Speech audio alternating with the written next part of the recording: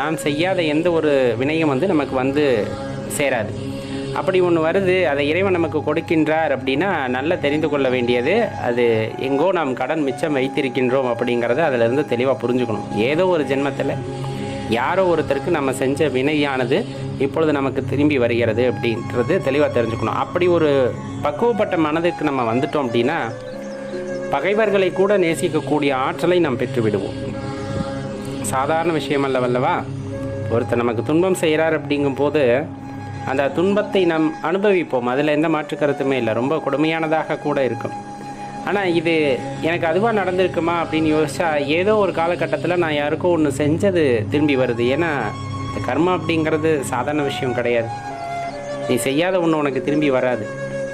இல்லை இப்போ புதுசாக யாராச்சும் உங்களுக்கு செஞ்சுட்டாங்கனாலும் அமைதியாக இருந்துருங்க. அது அவங்களுக்கு திரும்பி போகும். உங்களுக்கு வேறு வகையில் அது பலனளிக்கக்கூடியதாக இருக்கும்.